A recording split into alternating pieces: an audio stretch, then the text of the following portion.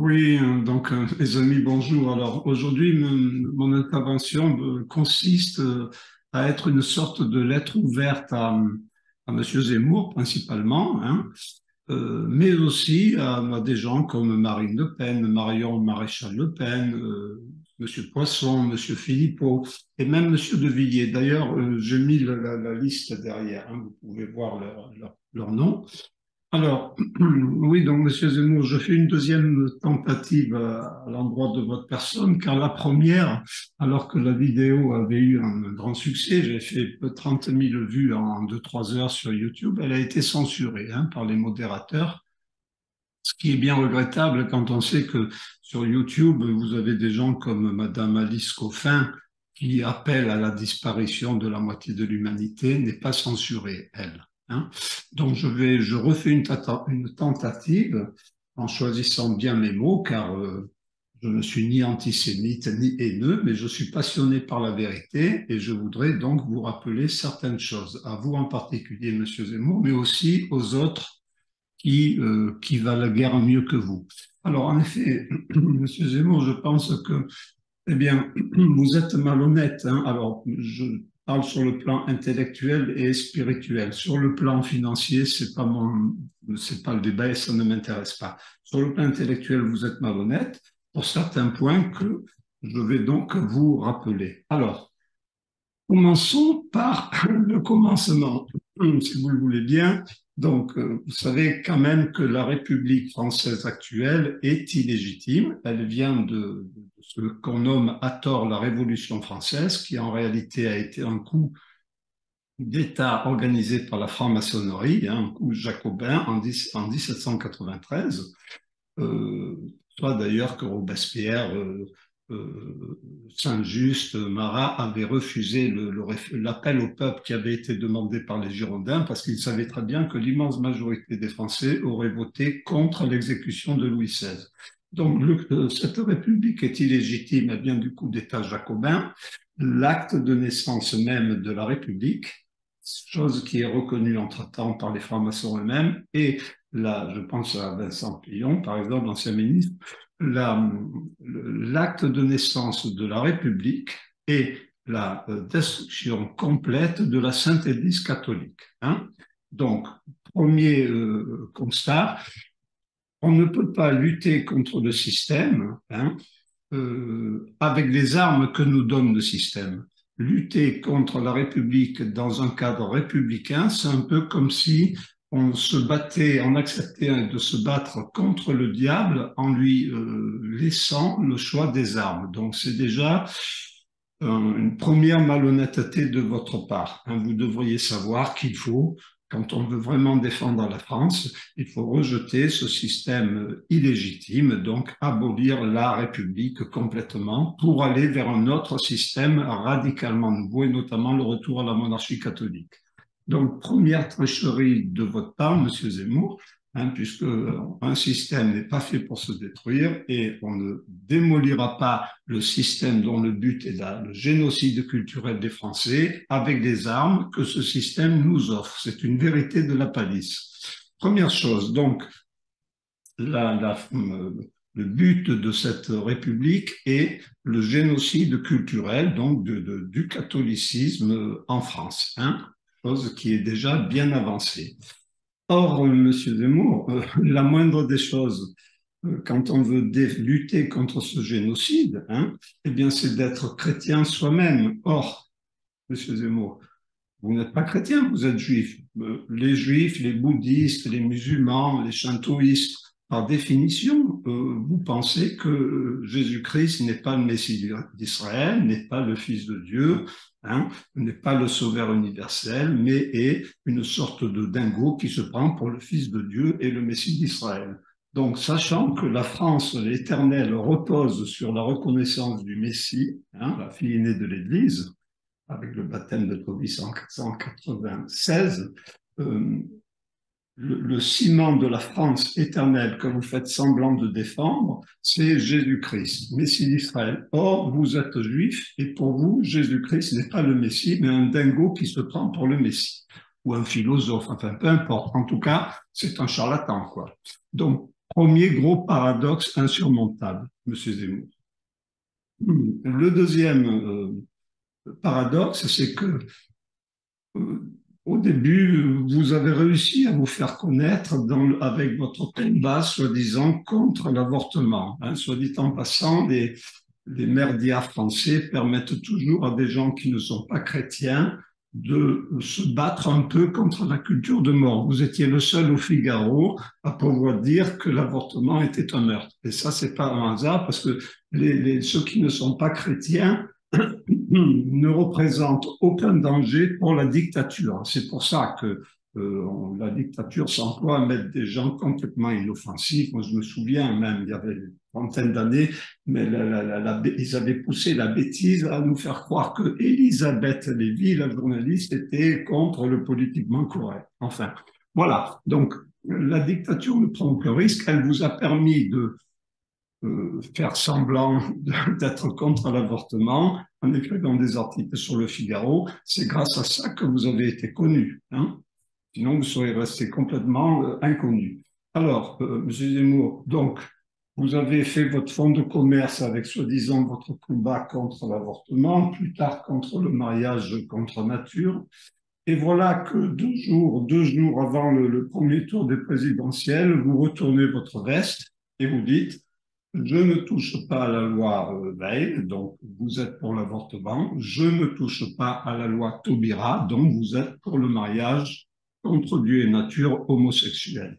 Hein. Je rappelle que l'avortement et le mariage homosexuel, leur légalisation, ce sont les deux pierres angulaires de la déchristianisation éthique du grand remplacement. Hein. Pas l'oublier, c'est ça. Hein. Le vrai grand remplacement, c'est le remplacement normatif culturel, le remplacement de ce qui se passe dans les têtes. C'est pas la couleur de la peau, on s'en fout de la couleur de la peau.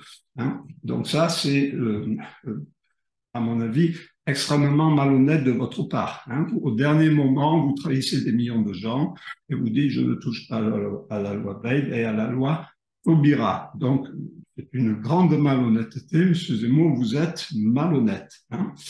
Quand on veut défendre la France éternelle, la moindre des choses, c'est d'être non seulement chrétien, mais en plus de ne pas retourner sa veste sur l'essentiel. Hein.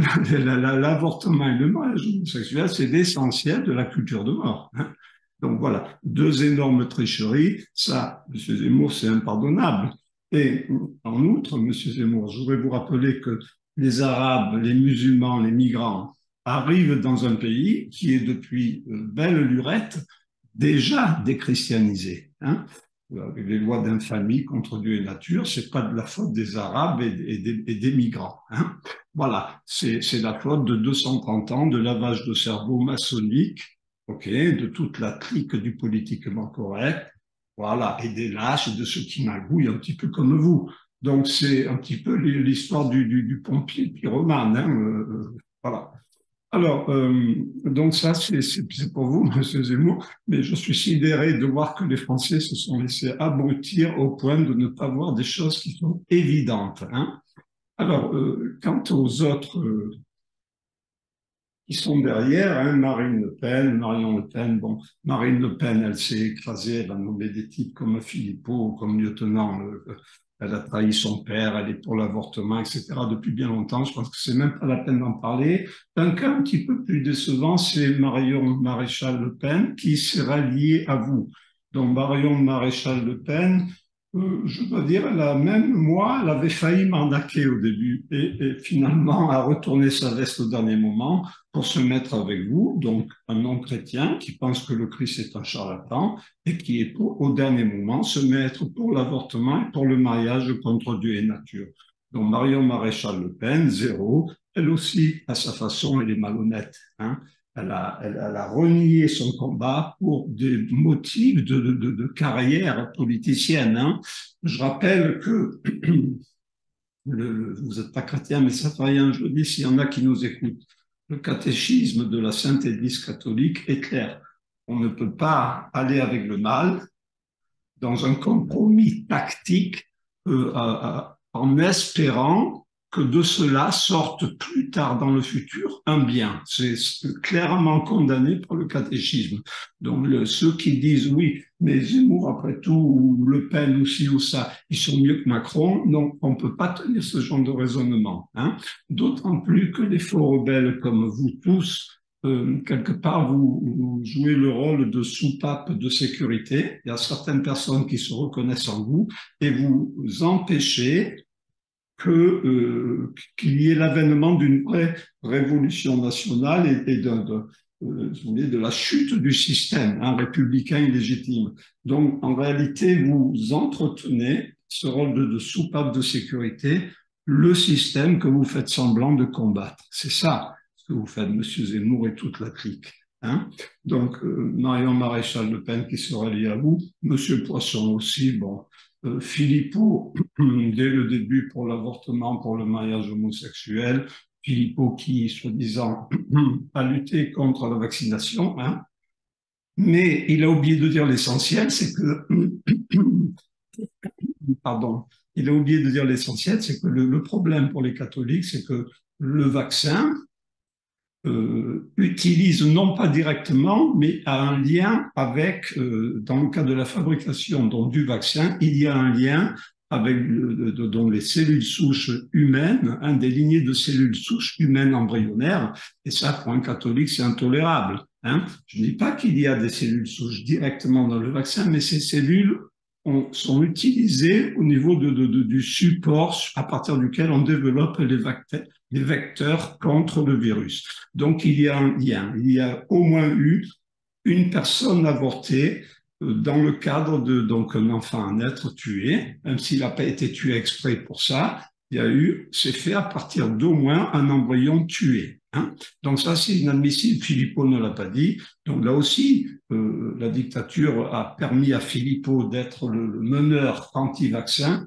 parce que Philippot, comme vous, Monsieur Zemmour, c'est aussi qu'on vous permet d'être médiatisé, et c'est en danger pour la dictature. Hein. Et entre-temps, il y a les gens comme les deux Le Pen, hein. C'est pareil, elles ne sont plus dangereuses, donc elles peuvent se médiatiser. Hein. Le seul qui serait un peu mieux, c'est peut-être M. Alain Escada, donc de Civitas. Malheureusement, Civitas a pris le chemin du sadovacantisme et de vouloir tout réduire au problème talmudique. Hein. Il y a 2-3 historiens qui, malheureusement, faussent les données.